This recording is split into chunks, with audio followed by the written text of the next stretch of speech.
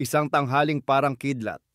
Habang nagre-refuel at naghihintay ng utos, sinalubong ng bomba at strafing ang Clark at nahuli sa alarma ang mga P-40.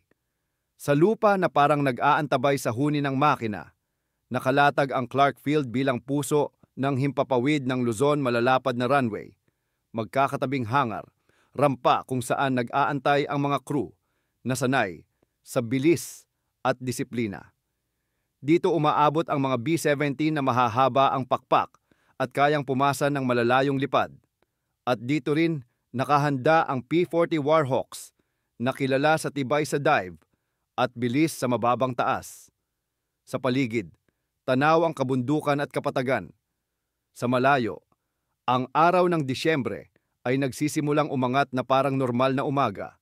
Ngunit may nababalitang alon ng panganib na gumugulong mula sa dagat ng impormasyon.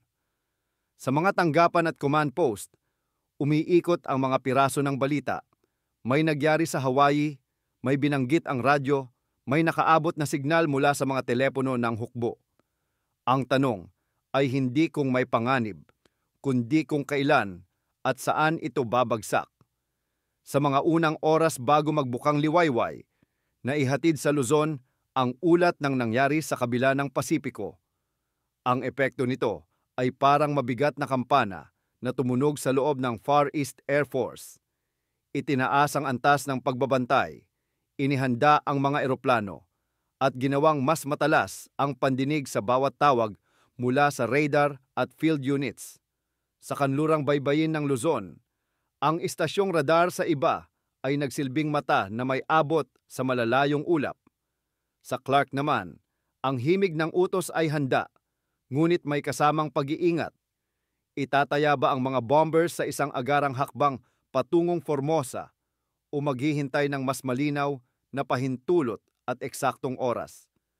Ang mga piloto at mekaniko ay kumilos ayon sa alam na proseso, magpaandar ng makina, mag-check ng fuel, mag-imbak ng bala, at maghanda para sa anumang senyas mula sa command chain. Nang sumikat ang araw, ilang B-17 ang nasa ere, umiikot sa ligtas na taas at lumilikha ng pagpipilian. Kung may utos na tumawid, maaari silang tumuloy. Kung may utos na bumaba, handa silang magbalik upang magdagdag ng gasolina at sandata. Sa baba, ang mga P-40 ay umakyat sa Combat Air Patrol. Sa ilang sektor may mga mata ang himpapawid sa tapat ng Maynila, Nichols at Cavite, at mayroong nasa mas malapit sa Central Luzon. Sa papel, ang paningin at kamao ng depensa ay nasa tamang lugar. Ngunit ang depensa sa himpapawid ay hindi lang tungkol sa posisyon. Ito rin ay tungkol sa tiyempo ng bawat desisyon. Ang ilang salita mula sa telepono, ang iisang pahintulot mula sa nakatataas, at ang oras ng pag-refuel sa tanghaling init, lahat ito ay maaaring humulma sa takbo ng maghapon. Bago magtanghali, lumihis ang hangin ng plano. Sa pagdaan ng oras, hindi pa tuluyang nagbubukas ang pintuan para sa paglusob patungong Formosa. Ang mga eroplano na ilang oras nang nasa ere ay kailangang magdesisyon. Mananatili ba sa pag-ikot at tataya sa pagod ng makina at gasolina, o bababa para mag-refuel at maghanda para sa posibleng hapon, dapit-hapong lipad?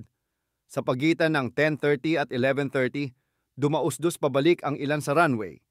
Ibinaba ang gulong, isinara ang flaps, at sumalubong sa kanila ang mga sasakyang fuel at mga crew na may maingat na galaw.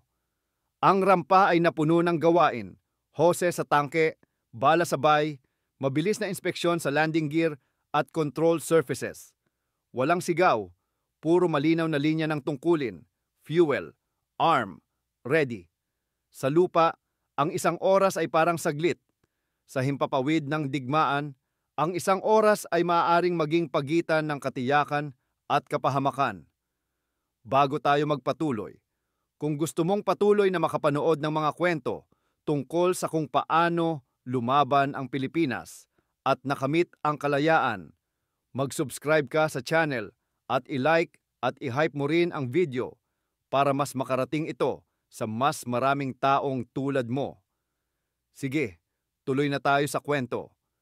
Habang patuloy ang pag-refuel at pag-arm, may isa pang kwento na tumatakbo sa di kalayuan kwento ng mga ng eroplanong papalapit mula sa Hilaga. Sa baybayin ng Formosa, may formasyon ng bombers at fighters na naghihintay din ng tiyempo na apektuhan ng hamog at ulap sa umaga, ngunit kalaunan ay nakabawi at nagsimulang tumawid. Sa iba, ang radar ay nakahulayaw ng anino sa kalangitan, mga punto na dumarami, linya na naghuhugpong, at bilis na hindi akmang gawa ng hangin lamang. Naipadala ang babala, naitala ang direksyon, at tantiyang oras ng pagdating, at ipinaabot sa Interceptor Command. Gayunpaman, ang anumang babala, kahit malinaw ang numero at direksyon, ay kailangang salubungin ng eksaktong kilos. Sa Clark, abala pa rin ang rampa. Sa ilang sektor, abala ang ilang P-40 sa iba't ibang gawain ng pagbabantay sa kalapit lungsod at base.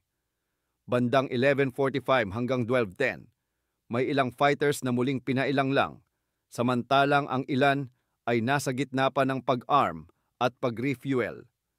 Sa isang rampa, may crew na nagsasapin ng hose at nagbibilang ng galon. Sa kabilang rampa, may naghihigpit ng bolts at naglalagay ng bagong belt ng bala sa wing guns. Sa kalangitan, ang tanaw ng araw ay matalim, ngunit hindi nakasasakit. Sa ilalim nito, ang runway ay kumikintab na parang linya ng salamin. Ang tahimik na tanawing ito ang madalas na naaalala ng mga nakakita sa tanghali. Ang ilang segundo bago bumigat ang hangin sa tunog ng bomba at bala. Nang sumapit ang 12:35, gumuho ang linaw ng tanghali sa lakas ng unang pagbagsak. Mula sa taas na lampas sa abot ng karamihan sa anti-aircraft at mahirap abutin ng mga fighters sa biglaang akyat, bumaba ang mga bomba sa mga hanay ng hangar, fuel dump at mga eroplano sa rampa. Ang lupa ay umuga at ang hangin ay napuno ng alikabok at usok. Kasunod nito, halos walang pagitan, ang mga fighter na kaaway ay sumalok sa ibabang bahagi ng himpapawid mababa at mabilis. Naglalabas ng linya ng bala sa runway, sa gilid ng mga gulong, at sa kung anumang gumagalaw sa bukas na espasyo. Ang huni ng makina at pagputok ay magkasabay na tila pag-ukit sa tanawin. Sa ilang pulgada, may crew na yumuko sa gilid ng gulong.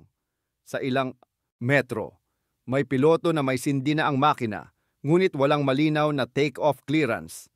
Sa kabila, may sasakyang fuel na kailangang iurong sa gitna ng ulan ng metal.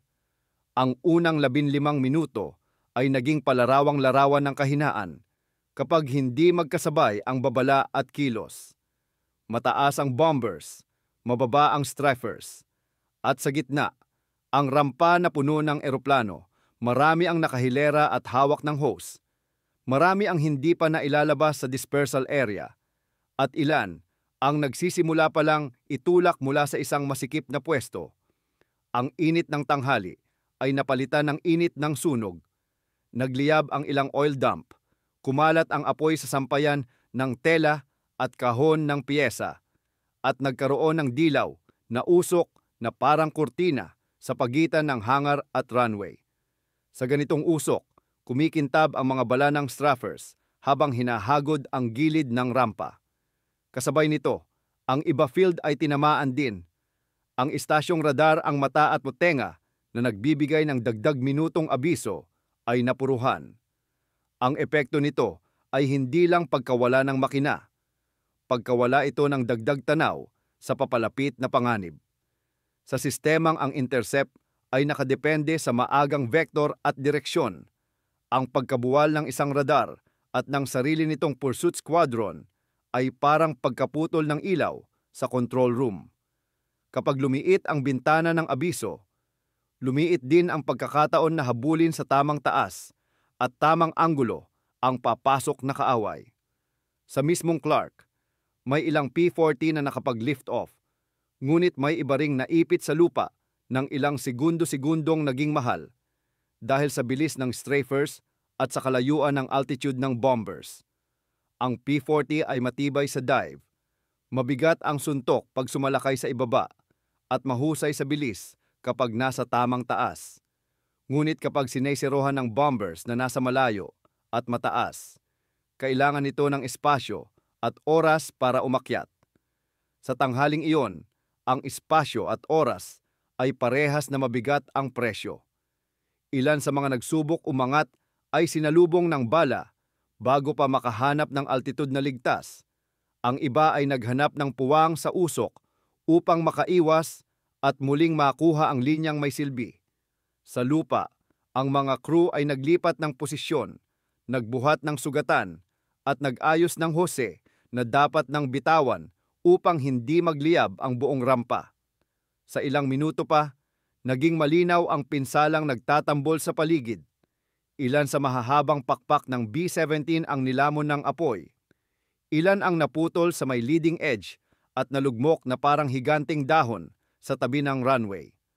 Sa hanay ng P-40, may tila nalanta sa gilid ng rampa at may ilan na nasa dulo ng runway na hindi nakalipad sapagkat dumulas ang gulong sa mga piraso ng metal at langis. Kung bibilangin, lumalabas ang timbang ng unang araw sa himpapawid. Marami ang nawasak sa lupa, ilan ang nasugatan sa ere, at ang natitira ay nagtipo ng lakas na parang mga buto ng kamay na muling maghahanay pagkatapos ng biglaang hampas. Sa likod ng eksena, tumakbo rin ang mikrokwento ng mga tao. May ground crew na nasa pagitan ng fuel hose at sumasabog na oil dump. Pinili ang direksyon na tutungo sa bukas na lupa kaysa sa likod ng hangar dahil mas ligtas ang hangin doon. May piloto na naka-seatbelt at umaasa sa sinyas mula sa gilid ng runway, ngunit napilitang isara ang throttle at maghanap ng cover dahil sa strafing sa harap mismo ng gulong. May bantay sa gilid ng field na nag-ulat sa radyo ng Air Raid Now. Ilang minuto lamang ang pagitan mula sa naunang all clear. Ang mga minutong iyon ang naging mga patak na nagsanib para maging baha ng pangyayari sa tanghalian. Bakit nahuli sa alarma ang himpapawid? Ang sagot ay hindi iisang salita.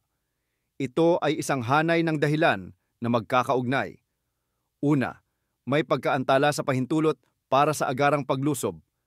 Ang mga B-17 na pwedeng lumipad patungong Formosa ay piniling umiikot at maghintay. At nang bumaba upang mag-refuel, sumakto ang kanilang presensya sa lupa sa paglapit ng kalaban. Ikalawa, ang communication sa pagitan ng fighter direction at ilang sektor ay hindi perpekto. May radio set na tinamaan, may maling pag-aakala sa target na sektor, at may kawalan ng sabayang vector na nakatutok sa Clark. Ikatlo, ang P-40, gaano man ito katatag sa dive at bilis, ay may limitasyon sa biglaang akyat kapag mataas ang bombers na kailangang abutin. Kailangan nito ng hakbang sa altitude at hindi iyon madaling makuha kapag ang unang segundo ay nasa gitna ng strafing. Ikaapat, ang runway at rampa ay nagmistulang open display. Maraming eroplano ang nakahilera at hindi sapat ang dispersal at camouflage na magpapalabo sa tanaw ng kaaway. Ikalima, ang pagkawasak ng iba radar ay nagbawas ng sandali ng babala, sandaling pinakamahalaga sa intercept. Ika-anim, ang sectoring ng SEAP ay bahagyang nakahilig sa Maynila at ibang critical assets, kaya hindi buo ang hagod sa ibabaw ng Clark sa mismong oras ng paglapit. Ikapito, ang mismong oras ng tanghali, ang pagod ng ilang crew, matapos ang maagang alert at ang kabighanian ng pahapyaw na all clear ay nagbukas ng isang manipis na bintana na sinamantala ng papalapit na pormasyon. Sa mas malawak na larawan, ang unang araw na ito sa himpapawid ay naglatag ng bigat sa buong kampanya. Kapag ang kalahati o higit pa ng kapangyarihan sa ere ay naubos sa iisang hampas, ang kalaban ay magkakaroon ng luwag para magtalaga ng air cover sa mga susunod na paglapag at pag-usad sa lupa. Sa mga darating na araw, ang dagat at dalampasigan ng Hilagang Luzon ay magiging entablado ng pagdating ng mas malalaking unit. at ang kawalan ng matapang na sagot mula sa himpapawid ay magpapagaan sa kanilang hakbang. Ang mga lungsod at base na kailangang protektahan ay magiging mas madaling puntiryahin at ang linya ng supply ay mas malalantad. Sa ganitong konteksto, mauunawaan kung bakit ang tanghaling iyon sa Clark ay hindi lamang kwento ng iisang base. Ito ay pihit ng manibela sa buong takbo ng laban sa Pilipinas. Kapansin-pansin ding ihambing ang pangyayari sa Pearl Harbor at Clark. Pareho ang larawan ng maraming eroplano sa lupa at ng biglaang paglusob. Ngunit sa Pilipinas, may dagdag na oras ng babala hindi araw, kundi oras na posibleng gawing dispersal at mas nakapirming intercept. Ang tanong kung bakit hindi nagawang lubos na samantalahin ang babalang iyon ay bumabalik sa pagsasanib ng utos, komunikasyon at tiyempo. Sa Hawaii, sumunod ang malalaking investigasyon at pananagutan. Sa Pilipinas, kakaunti ang katumbas na malawakang pagbusisi. Sa kasaysayan, naiwan ang tanong na parang marka sa gilid ng pahina. Paano kung mas maaga ang pultong utos? Paano kung mas malawak ang dispersal? Paano kung mas malinaw ang sectoring sa mismong tanghali? May mga paano kung na makatuwirang pag-isipan, ngunit kailangang nakaangkla sa totoong kalagayan. Ayon sa ilang tala, ang pormasyon mula sa Formosa ay naantala rin sa umaga dahil sa panahon fog at ulap na nagpilit maghintay bago lumipad. Kung mas maaga silang nakalipad, baka abutan nila ang ilang B-17 na nasa ere pa at hindi pa bumababa sa refuel. Kung mas nahuli pa, baka nailunsad na ang isang dusk strike mula sa Pilipinas patungong Formosa. Dala ang larawan mula sa reconnaissance at ang lakas ng sorpresa sa kabilang dako. Sa madaling sabi, ang ilang oras na paglihis ay maaaring magbago ng kabuuang anyo ng unang araw. Ito ang aral na paulit-ulit sa himpapawid. Ang minuto ay hindi basta bilang sa relo. Ito ay pagitan ng dalawang magkaibang kwento. Sa tabi ng mga paano kung may mga ano ang malinaw na kailangang isaloob. Malinaw na ang radar ay hindi sapat kung hindi kumpleto ang loop ng warning vector intercept. Kailangang may malinaw na linya mula sa nakakita, sa nagbigay ng direksyon, at sa piloto na tatama sa tamang taas at tamang sektor. Malinaw na ang dispersal at camouflage sa rampa ay hindi dekorasyon kundi kaligtasan. Ang eroplano na nakakalat at nakatago ay mas mabagal maubos kaysa nakahilera sa bukas na araw. Malinaw na ang redundancy ng communication ground-to-air nets, alternate frequencies, at malinaw na handoff ay kailangang nasa lugar bago magbukang liwayway pa lang. At malinaw na ang runway ops ang pag-iwas sa sabay-sabay na refuel arm sa iisang bintana ng oras ay bahagi ng aral na kasing halaga ng kahit na anong bagong armas. Sa pagitan ng usok at araw, may mga mukha na naging kapalit ng anumang kable o tornilyo. Ang mga mekaniko na hindi lamang nag-aayos ng makina kundi nag-aayos ng pila ng tao. Ang mga ops officer na gumuhit ng vector sa mapa at nagsabing kanluran o hilaga ng malinaw. Ang mga piloto na tumanggap ng utos kahit kulang ang minuto. Sa isa sa mga ulat, inalala ng isang tauhan na ang tunog na naaalala niya sa tanghaling iyon ay hindi lamang ang pagsabog, kundi ang paulit-ulit na mahinahong sigaw mula sa gilid ng runway. Lumikas dito, samahan siya, kaliwa, daan. Ang ganitong maliliit na salita ang bumubuo sa malaking larawan ng kaligtasan sa gitna ng gulo. Habang humuhupa ang usok at lumalabo ang apoy, sinimulan ang mahirap na bilang. Sa mga tala, ilan sa 17 B-17 sa lupa ang hindi na muling lilipad. Sa hanay ng P-40, ilang dosena ang hindi na muling maririnig ang tunog ng propeller sa himpapawid. May iba pang sasakyang napinsala at naisalba, ngunit ang sandbox ng kapangyarihan sa ere ay malinaw na nabawasan.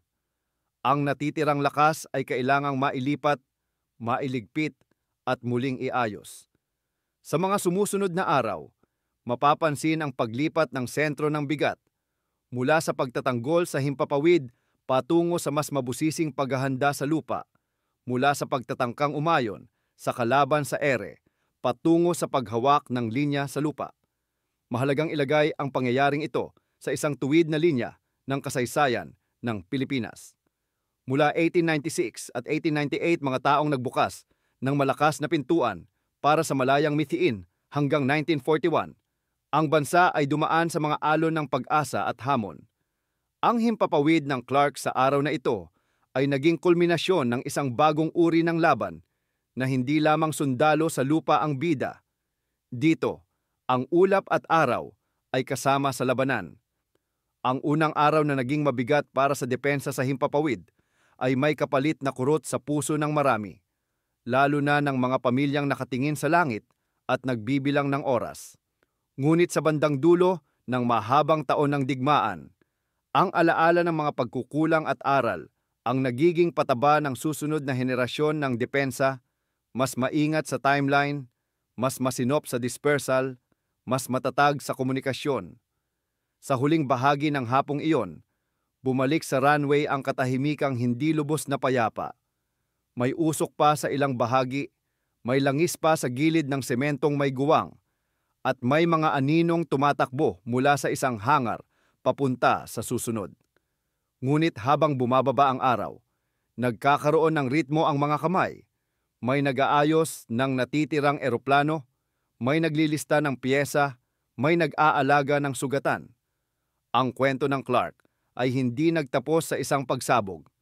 Ito ay tumuloy sa mahabang pagsisikap ng mga taong ayaw magpaubaya sa isang araw ng kapalaran. Sa gabing iyon, may mga mata pa ring nakabukas sa mapa, may mga lapis na gumuguhit ng bagong linya, at may mga puso na naglalatag ng tanong na kailangang sagutin kinabukasan. Paano muling pagbubuuin ang himpapawid? At paano hahabulin ang oras na nauna sa kalaban? Sa mga sumunod na araw, ang epekto ng pagkawala sa himpapawid ay unti-unting naging konkretong linya sa mapa. Mas malayang paggalaw ng kaaway sa kalangitan, mas tumpak na bombing sa mga pasilidad, at mas matibay na takip para sa mga paglapag sa baybayin. Ang mga depensa sa lupa mula sa kabisera hanggang sa pulo na huling masasandigan ay kinailangang humawak ng mas mahigpit sa linya. Ngunit maging sa harap ng kalamangan ng kalaban sa ere, umiiral pa rin ang lakas ng tao, ang disiplina, ang pag-asa, at ang kakayahang magbasa ng aral sa loob ng ilang oras na puno ng dagundong. Kung ang unang araw ay larawan ng pagkabigla, ang mga kasunod na araw ay magiging larawan ng pag-angkop. Sa pagwawakas ng unang malaking yugto ng salaysay na ito, mananatili ang isang malumanay, ngunit malinaw na aral. Ang himpapawid ay larangan ng minuto at metro. Sa Clark, ang minuto ng pag-refuel at ang minuto ng paglapit ng pormasyon ay nagtagpo sa iisang tanghali. Sa iba, ang metro ng antena at ang metro ng runway ay naging pagitan ng abiso at bulag na pagharap. Sa buong Luzon, ang metro at minuto ay nagtakda kung saan uunlad ang kalaban at saan ipapasok ang sariling lakas. At ang mga taong nasa likod ng makina, mapa at radyo ang patuloy na magsisilbing paalala kung paano dapat pinapakinggan ang oras. Sa gabing sumunod sa pag-ataking iyon, ang palad ng himpapawid sa Luzon ay tila sabayang humawak ng dalawang bagay, ang panghihinayang sa nawalang lakas at ang determinasyong bantayan ang natitira. Sa loob ng command post, nagtagpo ang mga opisyal ng depensa upang buuin ang malinaw na larawan ng nangyari. Sa mga mesa, ang mga mapa ay napuno ng lapis na guhit mga palaso patungo sa hilaga na kumakatawan sa pormasyong lumusob, mga tuldok sa ibabaw ng Clark at iba na tanda ng mga bagsak na bomba, at mga balangkas ng ruta ng mga eroplano na kailangang ilipat sa mga alternatibong lugar. Ang tanong sa lahat ay naging mas tuwiran. Paano tatayo ang natitirang himpapawid kapag ang unang buong hinga ay naupos sa iisang tanghali? Sa loob ng kampo, ang mga ulat mula sa rampa ay tumugma sa mga tala ng control tower. Ipinakiusap ng ilang ground crew na i-record ang pagkakasunod ng mga pangyayari. Kung anong minuto inalis ang hose, kung anong minuto sinigawan ang clear, kung anong minuto na paandar ang makina, at kung anong segundo na pilitang isara ang throttle dahil sa strafing. Sa ganitong paglalahad, hindi kailanman naging kwento ng takot ang naghari, kundi kwento ng mahinahong pagkilos sa ilalim ng bigat. Sa tala ng isang tumulong sa fuel line, ganito ang naalala. Nakita niyang parating ang usok, kaya itinuro niya ang direksyon ng upwind para hindi sakupin ng apoy ang buong rampa. Sa kwento namang itinabi ng isang radio operator, lumitaw ang agwat ng all clear at air raid now mga tunog na ilang minuto lang ang pagitan, ngunit parang dalawang magkaibang araw. Kung sisipatin ng kabuuang bilang, aabutin ng ilang pahina ang detalyadong lista ng pinsala. Ilang B-17 ang nawasak sa lupa, ilan ang napinsala ngunit maitutuwid pa sa mga susunod na linggo, at ilang P-40 ang nabalahura sa gilid ng runway o naubos ang utility matapos masapol sa pakpak at sa fuselage. Ang aral sa bilang ay simple ngunit mabigat. Sa unang araw pa lamang, kumupas ng malaki ang kakayahang magpatrolya at sumalubong sa himpapawid. Ang epekto ay parang pinto na bahagyang nakabukas para sa susunod na kilos ng kalaban, isang pintong hindi agad maisasara kahit baguhin ang mga schedule at ipunin ang natitirang eroplano sa mas malayong paliparan.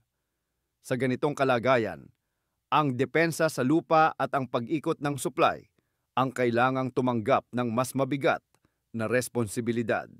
Kailangang ilarawan kung paano naging magkakadugtong ang mga sanhing nagdala sa huli sa alarma na larawan. Sa antas ng utos, ang bawat pahintulot ay kailangang dumaan sa iisang kadena. Kapag mabagal ang huling sangkap ng tanikala, mabagal ang buong pagkilos. Sa antas ng komunikasyon, ang pagkawala ng isang radyo o ang maling palagay sa sektor ay nagbubura ng posisyon ng mga fighter sa ere. Ang isang P-40 na nasa maling quadrant ay parang kandilang malayo sa mesa na kailangang liwanagan. Sa antas ng taktika, ang paglapag ng maraming eroplano para mag-refuel sa iisang bintana ng oras ang nag-ipon sa kanila sa pinakadelikadong minuto. Ang usok mula sa fuel at ang pagkalat ng langis sa rampa ay naging panandali ang palatandaan para sa strafers kung saan sila dapat maglagay ng bala. At sa antas ng sensor, ang pagkabura ng ibaradar ay nag-alis ng dagdag sandaling pampauna, sandaling pinakamahalaga kung gusto ng intercept na mauna sa kurba ng pagdating. Sa kabilang dako, makikita rin ang mga sinikap na sagot habang umiinit pa ang usok. Sa loob ng ilang oras, ang mga natitirang eroplano ay inilipat sa mas malayong lugar. May naipadala sa Del Monte, sa Mindanao, at sa ibang paliparang hindi agad maabot ng paulit-ulit na atake. Ang mga piloto at ground crew ay muling nagsanay para sa mas agresibong dispersal. Imbes na nakahilera, ang mga eroplano ay itinutulak sa magkakaibang sulok, tinatakpan ng canvas at nilalagyan ng palapag na mas mahirap makita mula sa taas. Ang mga runway ops ay inayos din. Imbes na sabay-sabay, ang refuel arm windows ay hahatiin upang kung may biglang babagsak na panganib, hindi lahat ay nasa lupa at nakakabit sa hose.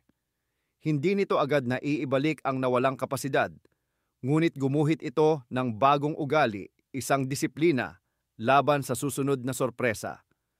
Kapag inakyat ang tingin mula sa runway patungo sa buong arkipelago, lalabas ang domino effect ng unang araw sa ere.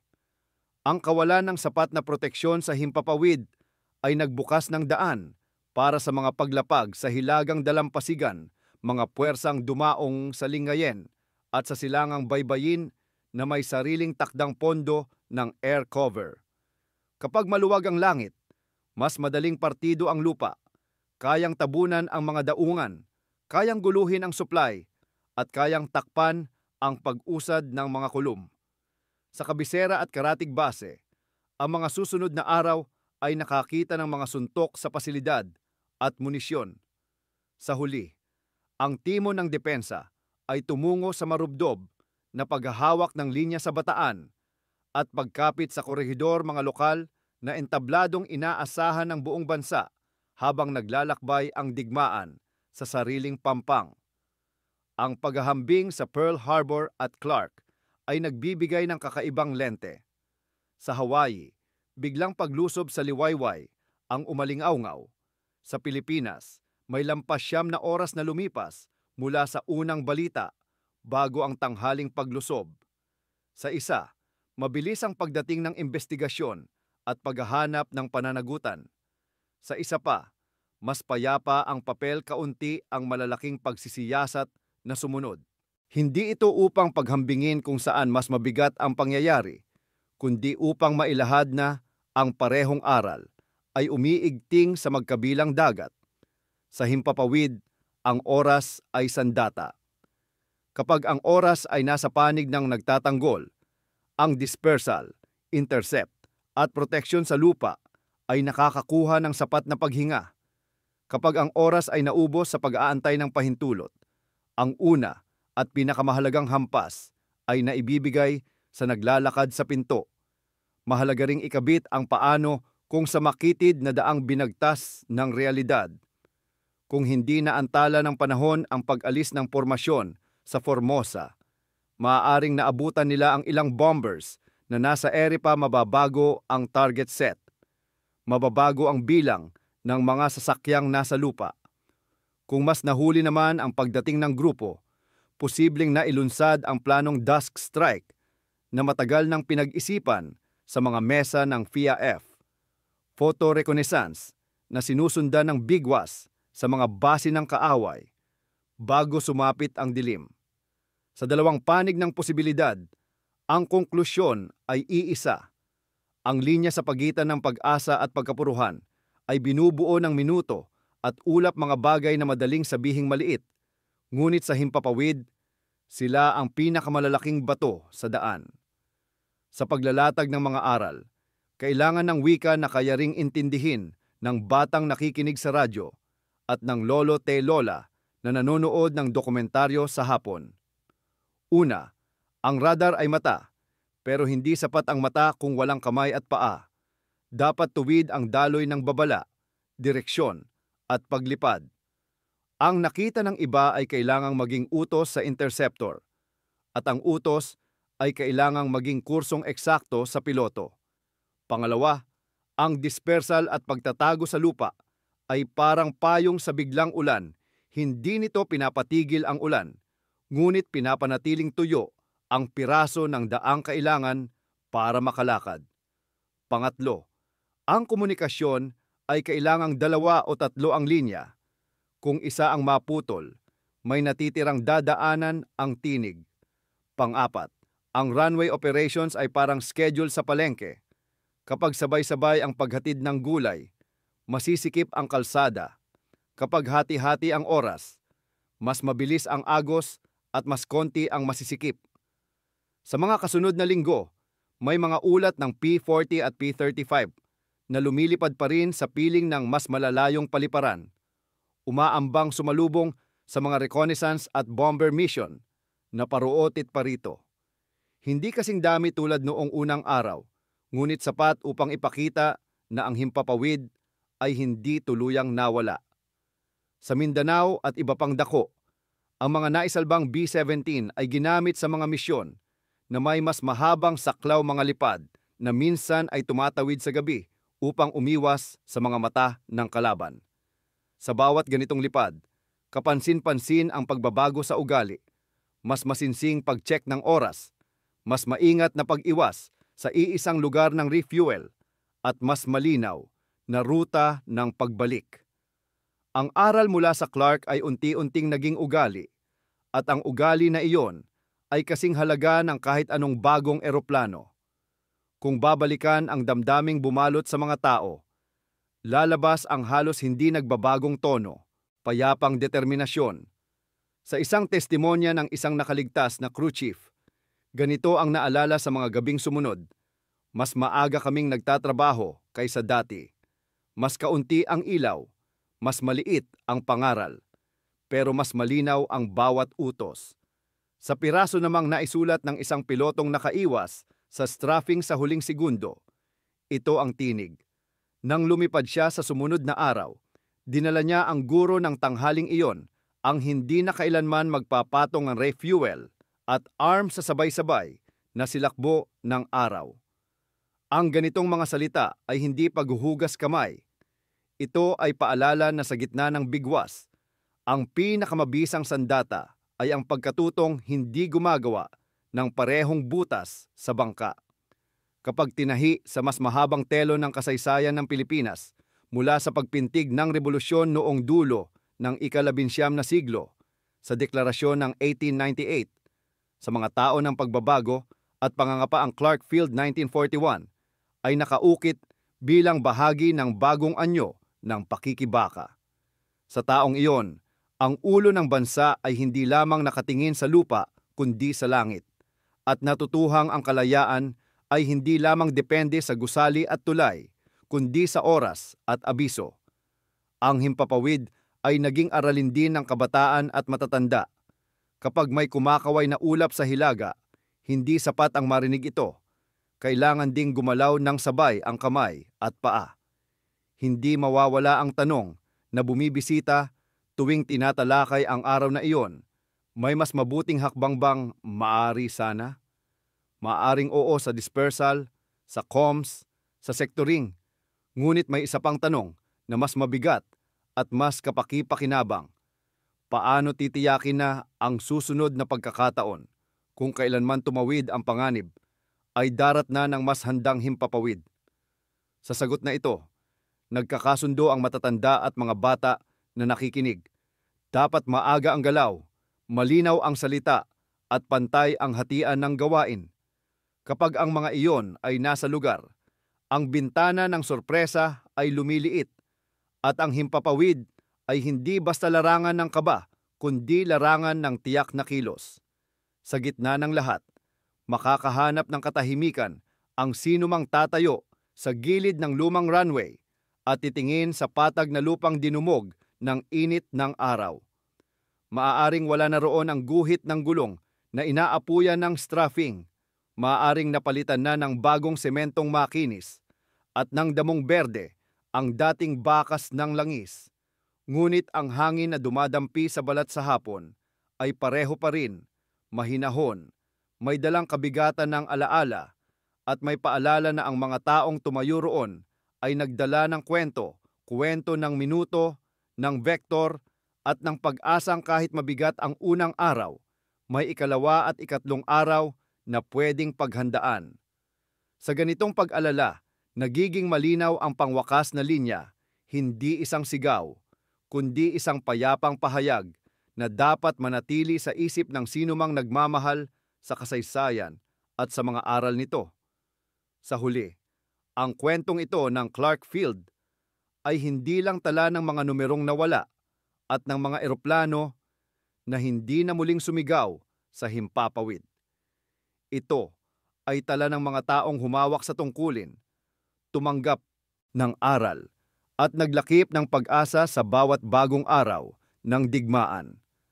At sa bawat pagbigkas sa kwento, nararapat ulitin ang aral na ginuhit ng tanghaling iyon, malinaw at tahimik. Kapag sablay ang tiyempo ng utos, sirang komunikasyon, at kulang ang dispersal, kahit malalakas ang eroplano, mauuna pa rin ang kalaban at ang himpapawid mawawala sa unang araw.